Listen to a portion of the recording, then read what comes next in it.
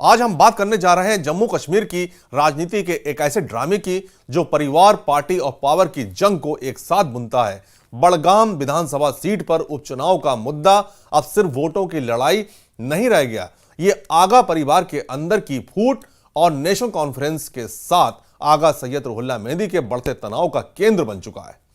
बड़गाम श्रीनगर के पास स्थित यह इलाका शिया बाहुल क्षेत्र है और हमेशा से एनसी पीडीपी का गढ़ रहा है, लेकिन 2024 के विधानसभा चुनाव के बाद सीएम उमर अब्दुल्ला ने बड़गाम सीट छोड़ दी, जिससे 11 नवंबर 2025 को उपचुनाव तय हो गया। इस चुनाव में एनसी ने आगा सैयद महमूद को टिकट दिया, जबकि पीडीपी ने आगा परिवार के ही एक और सदस्य आगा सैयद मुंतजिर मेहंदी को।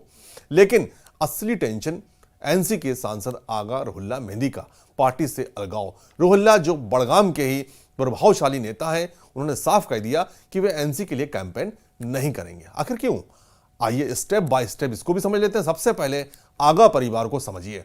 यह कश्मीर का एक प्रमुख शिया राजनीतिक परिवार है जो बड़गाम में दशकों से दबदबा रखता है।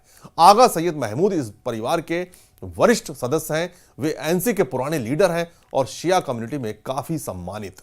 दूसरी तरफ आगा सैयद रुहुल्ला मेहंदी उनके भतीजे हैं। रुहुल्ला की राजनीतिक यात्रा एनसी से ही शुरू हुई। 2002 से 2018 तक वे बड़गाम से विधायक रहे, फिर 2019 में श्रीनगर से सांसद बने। वे युवा पॉपुलिस्ट लीडर हैं, सोशल मीडिया पर एक्टिव रहते हैं, लोकल इश्यूज पर हमेशा मुकर रहे हैं, लेकिन रुहुल्ला हमेशा से पार्टी लाइन से थोड़ा अलग चलते रहे। वे आर्टिकल 370 की बहाली, स्टेटहुड और रिजर्वेशन जैसे मुद्दों पर हमेशा सख्त रहे। अब बड़गाम की पॉलिटिकल हिस्ट्री को समझते हैं। यह सीट एनसी का पारंपरिक गढ़ है। 2024 चुनाव में उमर अब्दुल्ला ने यहां से जीत हासिल की, लेकिन गांधरबल सीट रिटर्न करने के बाद बड़गाम वैकेंट हो गई। बड़गाम शिया बाहुल है, जहां वोट बैंक, फैमिली टाइज और कम्युनिटी लॉयल्टी पर टिका है। एनसी और पीडीपी यहां अल्टरनेट करते रहे। 2014 में रुहुल्ला ने पीडीपी के मुंतजिर को करीब 2500 वोटों से हराया था, लेकिन अब फैमिली वर्सेस फैमिली। एनसी ने महमूद को चुना, जो रुहुल्ला के लिए चैलेंज है। रुहुल्ला का मानना है कि पार्टी ने लोकल इश्यूज पर वादे पूरे नहीं किए। वे कहते हैं कि पार्टी ने बड़गाम को नजरअंदाज किया। यह तनाव नया नहीं, 2024 चुनाव से पहले ही रुहुल्ला ने पार्टी पर प्रेशर डाला था, लेकिन उपचुनाव ने इसे उफान पर ला दिया। बड़गाम में विकास धीमा रहा, सड़कें, हेल्थ केयर, जॉब्स रुहुल्ला ने इन्हें हथियार बनाया। वे कहते हैं, मैं वोटर्स के साथ खड़ा हूं, पार्टी के साथ नहीं। अगर वादे झूठे हों तो तनाव की जड़ क्या है? 3 मुख्य कारण। पहला, अनफुलफिल्ड प्रोमिसेस। रुहुल्ला ने 13 अक्टूबर 2025 को ऐलान किया कि वे बड़गाम में एनसी के लिए कैंपेन नहीं करेंगे, क्योंकि पार्टी ने पिछले टर्म में मैनिफेस्टो कमिटमेंट्स पूरे नहीं किए, जैसे reservation, sub committee report. Ruhollah ने 19 अक्टूबर तक का अल्टीमेटम दिया था, रिपोर्ट पब्लिक होगी तभी वे कैंपेन करेंगे।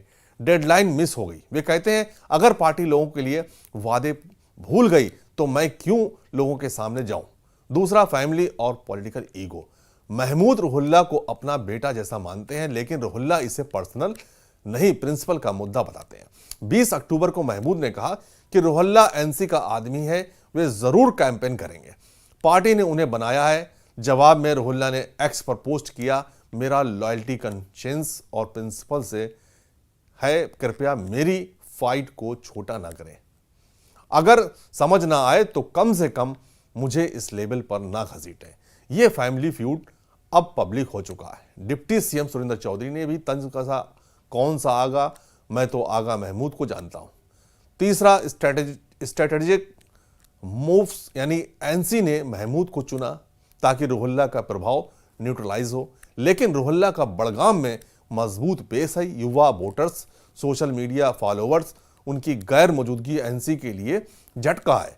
उमर अब्दुल्ला ने कहा कि महमूद को उम्मीद है रुहुल्ला सपोर्ट करेंगे, लेकिन रुहुल्ला दिल्ली चले गए और अपनी टीम से कहा कि उसको नोटिस जारी करें, तो उनकी टीम ने नोटिस जारी किया कि मेरी फोटोज या वीडियोस कैंपेन में यूज ना करें, वरना लीगल एक्शन होगा। यह तनाव एनसी के अंदरूनी कलह को उजागर करता है। बड़गाम उपचुनाव उमर सरकार का पहला पॉपुलैरिटी टेस्ट है। अगर एनसी हारी तो स्टेटहुड, आर्टिकल 370 जैसे मुद्दों पर सवाल उठेंगे। अब आते हैं लेटेस्ट अपडेट पर। 20 अक्टूबर को नामांकन का दिन था। एनसी के आगा महमूद पीडीपी के आगा मुंतजिर मेहंदी और बीजेपी के आगा सैयद मोहसिन ने पेपर्स फाइल किए। इंडिपेंडेंट मुंतजिर मोहिउद्दीन भी मैदान में हैं, साथ ही आप और अवामी इत्तेहाद पार्टी के कैंडिडेट्स भी हैं।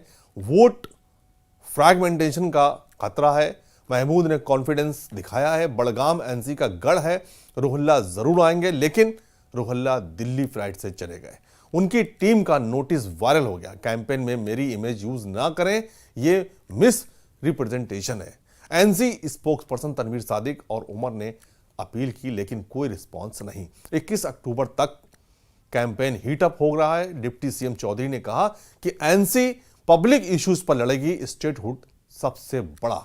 पीडीपी का नैरेटिव एनसी ने बड़गाम को धोखा दिया, डेडिकेटेड रिप्रेजेंटेशन चाहिए। बीजेपी के आगा मोहसिन कहते हैं कि हम डेवलपमेंट पर फोकस करेंगे। एक्स पर डिबेट गर्म है। एक यूजर ने कहा कि एनसी ने रुहुल्ला को न्यूट्रलाइज करने का मास्टर स्ट्रोक मारा। दूसरा यह कहता है कि यह आगा वर्सेस आगाओं की जंग है, लोग फैसला करेंगे। रुहुल्ला के सपोर्टर्स कहते हैं कि यह सर्वाइवल की फाइट है। 11 को वोटिंग और काउंटिंग 14 नवंबर को है। ये तो नतीजा तय करेगा। ये तनाव सिर्फ बड़गाम तक सीमित नहीं, एनसी के लिए रुहुल्ला की गैर मौजूदगी वोटर्स को डिवाइड कर सकती है। शिया कम्युनिटी में स्प्लिट होंगे, कुछ महमूद के साथ, कुछ रुहुल्ला के साथ।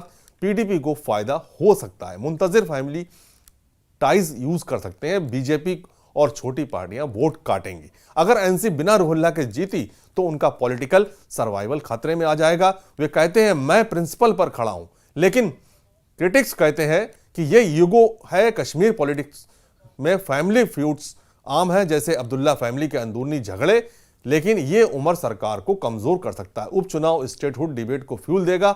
अगर एनसी हारी तो विपक्ष चिल्लाएगा।